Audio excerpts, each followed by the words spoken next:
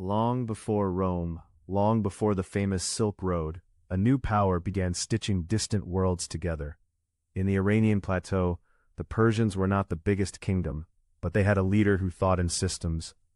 Cyrus didn't just want land, he wanted a network that could hold land. That difference is what turns a kingdom into a superpower. In the 500s BCE, the Near East was full of powerful states, each with its own armies, gods, and taxes. Persia began as part of a larger world, ruled by stronger neighbors. That meant survival required patience, alliances, and learning. Cyrus inherited not just a throne, but a problem: how to grow without being crushed. Cyrus wasn't remembered only for winning, he was remembered for how he ruled after winning. He understood that fear can conquer a city once, but cooperation can hold it for generations. So he built a coalition: Persians, Medes, and many others, tied together by shared rewards. The first superpower begins as a partnership that feels useful. The Medes were powerful, and joining them changed the balance overnight. With the coalition formed, Cyrus gained troops, legitimacy, and a wider stage. Empires often begin when one political domino falls and others rush to choose sides. The question becomes, who benefits by joining and who loses by resisting? Cyrus learned that conquering is easy compared to governing. If you destroy cities, you inherit rubble.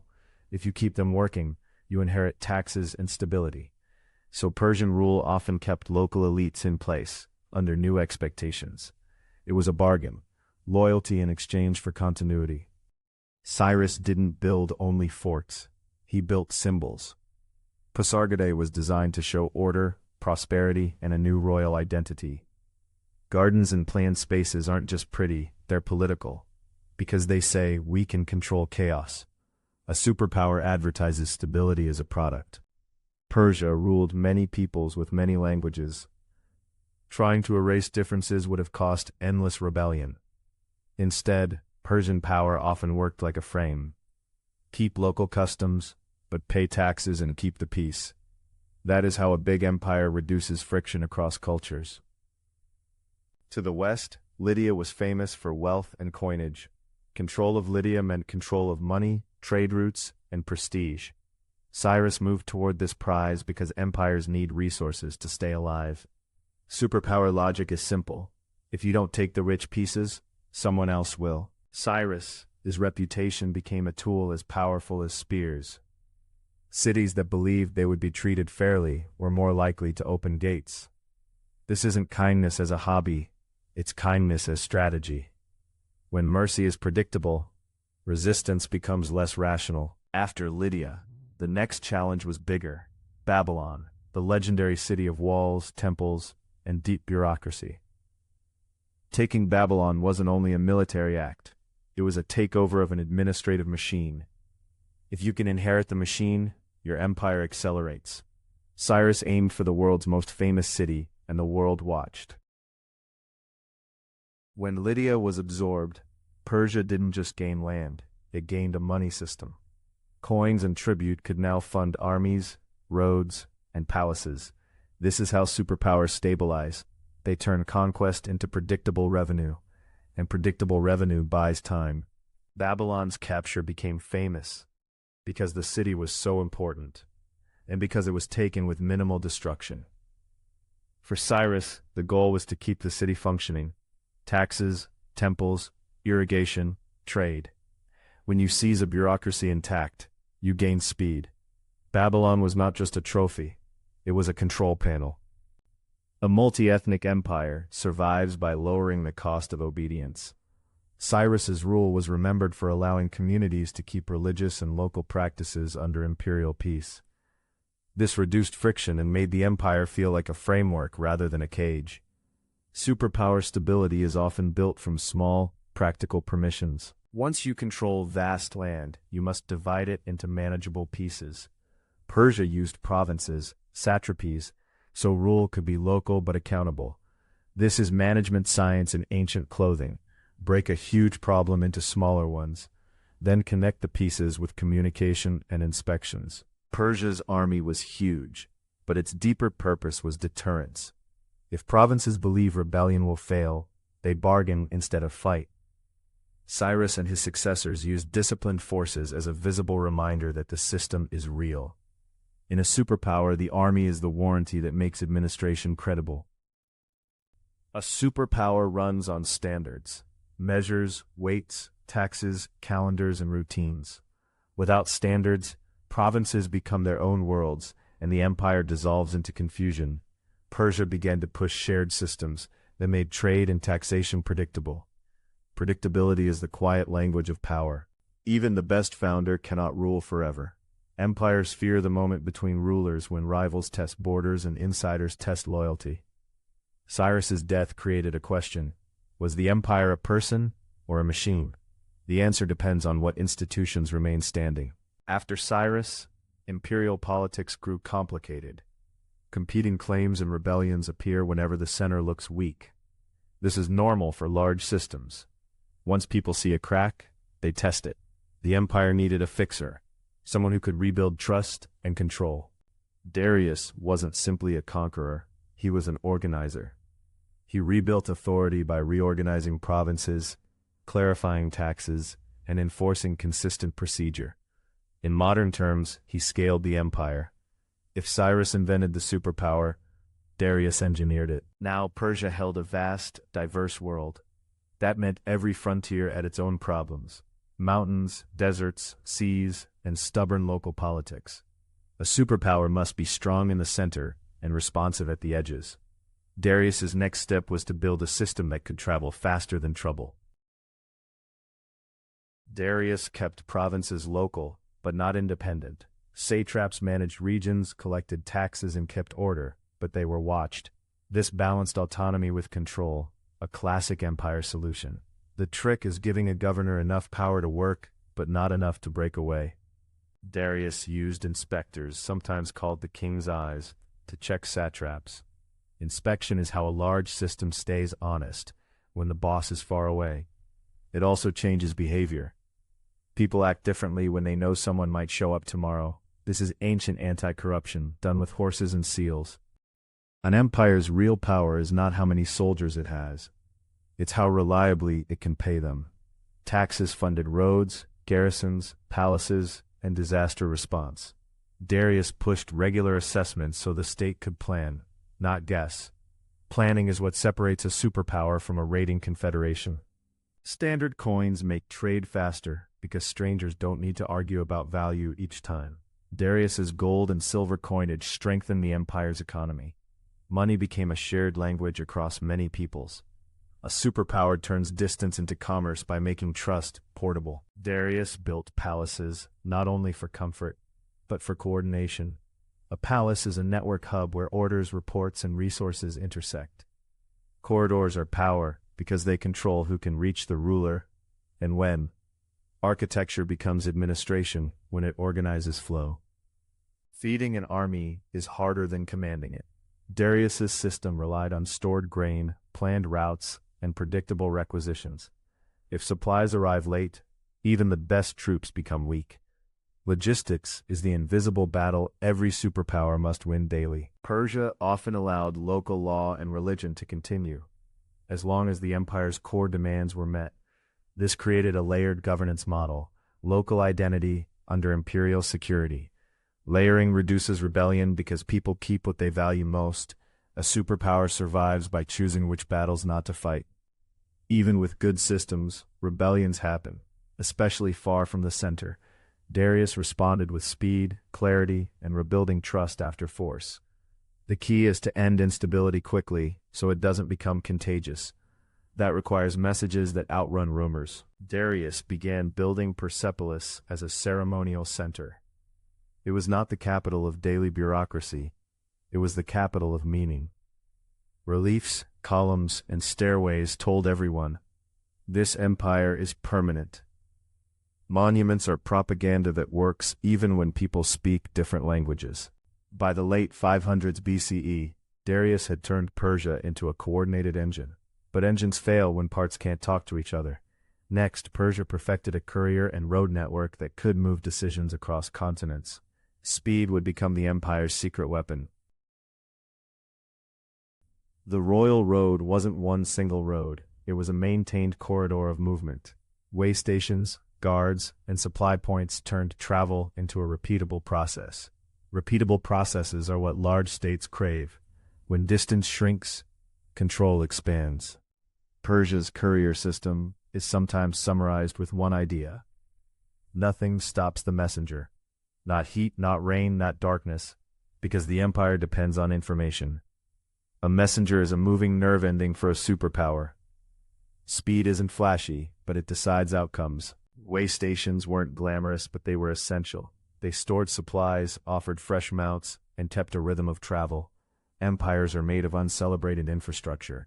If you control the nodes, you control the network. Roads only help if they are safe enough to use. Persia invested in security to reduce bandit risk and political sabotage. This is another system lesson. Prevention is cheaper than rescue. Stable movement keeps provinces loyal because loyalty becomes profitable. Fast messages change politics. A satrap can't hide a problem for months if the king's inspectors arrive in days. Rumors lose power when official answers arrive quickly. In a superpower, information is the first line of defense.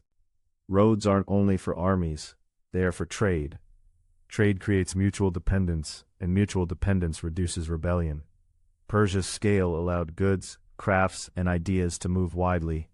An empire becomes a shared economy, not just a shared ruler. Persia's western edge touched the sea and the Greek world. Coastal cities were wealthy, crowded, and politically complicated.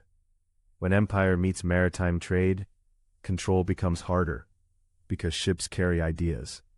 This frontier would become the empire's most famous challenge.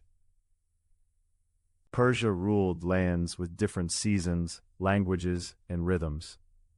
The courier system created a shared tempo: orders, taxes, inspections, and festivals. A superpower doesn't need everyone to agree, but it needs everyone to synchronize.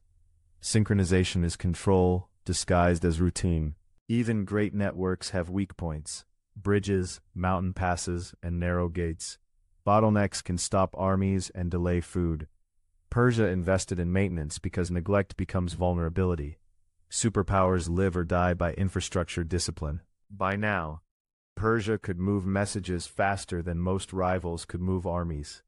But the Ionian Greek cities on the coast had their own politics and pride. When local identity clashes with imperial expectations, roads carry not only orders, but anger. The next spark would come from the seaside edge of the map. Persepolis was designed like a stage for empire. Visitors climbed terraces and stairways that slowly revealed more grandeur. The architecture teaches a lesson. The empire is orderly, wealthy, and permanent. It is propaganda made of stone instead of words. Tribute wasn't only greed, it was a way to measure and display imperial order. Different regions brought symbolic goods, confirming they were inside the same network. The ceremony communicated unity without needing shared language. It also reminded everyone who coordinated the whole machine. The immortals were elite troops and royal guards, famous for discipline and consistency.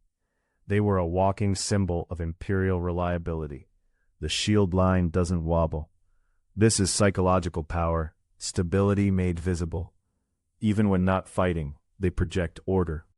A superpower needs craftspeople.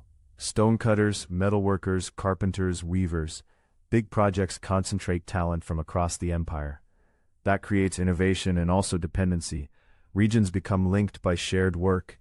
Persepolis is a lesson in how power organizes labor. Ruling vast lands requires legitimacy beyond force.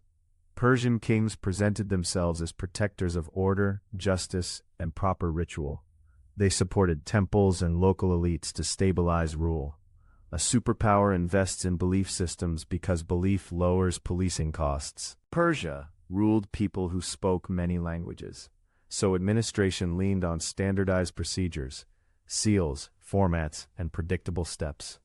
The empire didn't require everyone to speak the same words. It required everyone to follow the same workflow. Workflows are how superpowers scale across diversity. Coastal regions were exposed to Greek trade, Greek politics, and Greek rebellion. Sea routes can carry dissatisfaction as quickly as grain. When you rule port cities, you rule networks, not just streets. Persia's frontier problem was becoming an ideas problem. In many Ionian cities, Persian rule worked through local tyrants and obligations. That could be efficient, but it could also feel humiliating to proud city-states. When governance becomes a symbol of someone else's control, resentment grows. Resentment is the seed of revolt. Revolts rarely begin with a single loud moment. They start as meetings, promises, and whispered coordination. For an empire, the danger is not one city. It's a network of cities learning to synchronize. The next chapter begins when whispers become action. When the Ionian revolt ignited, Persia faced a familiar imperial question. Punish hard or stabilize smart? Either way, the coast was now on fire politically. And across the sea, Greek city-states watched and debated whether to help. A border problem was about to become a famous east-west collision. The Ionian revolt was not just a fight. It was a test of imperial wiring. Coastal cities tried to break control by breaking administration, taxes, garrisons, and loyal rulers. For Persia, that meant restoring the network quickly. Empires fear contagious rebellion more than single defeats. Darius responded by moving resources and commanders to the coast. The goal was to restore predictable flow. Taxes collected, ports secured, loyalty rewarded. This is how empires fight. They repair systems as much as they win battles. Winning is returning the map to normal operations. A few Greek city-states, including Athens, offered limited help to the rebels. From Persia's perspective, that looked like foreign interference at the empire's border. Small actions can have large symbolic weight in international politics. This is how local revolts turn into wider wars. Empires keep score, even when they pretend not to. Darius saw the Ionian revolt and outside support as a challenge to imperial prestige.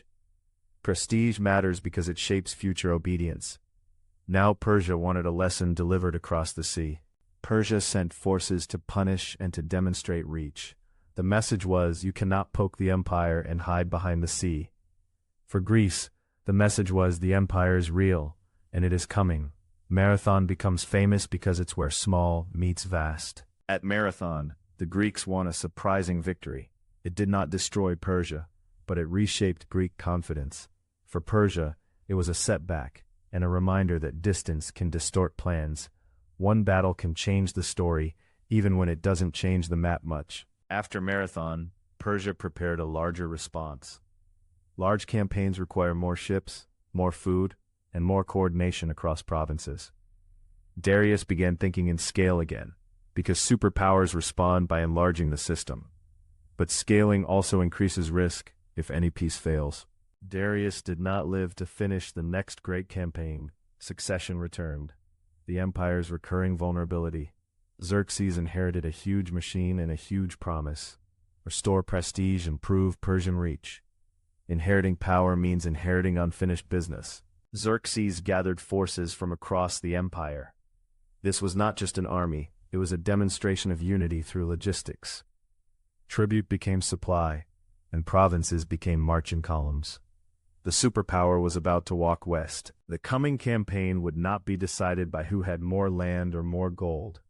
It would be decided by geography, mountain passes, narrow seas, and tight supply lines. Greece was not a single state, but it could become a coalition under pressure. The next act is where scale meets bottleneck. To move a vast force, Xerxes needed bridges and roads. Engineering turns nature into a hallway for armies. This is where Persian power shines, organization at scale. A superpower can build solutions fast enough to keep momentum. A huge army is a moving city that must eat, drink, and rest. Xerxes' campaign depended on supply timing, not just bravery. Every day of marching is an economic operation across provinces. Wars at this scale are logistics stories wearing armor. Thermopylae was a narrow pass, a bottleneck that punishes scale. In narrow places, discipline and terrain can cancel out big numbers. This is why geography is a silent general. Persia's challenge was not courage, it was space. The Greek defense at Thermopylae became famous because it bought time. Delay can be a weapon when the opponent must keep supplies flowing. For Persia, each day in a bottleneck increased cost and risk. For Greece, each day increased coordination and morale elsewhere. After the pass, the navy mattered even more.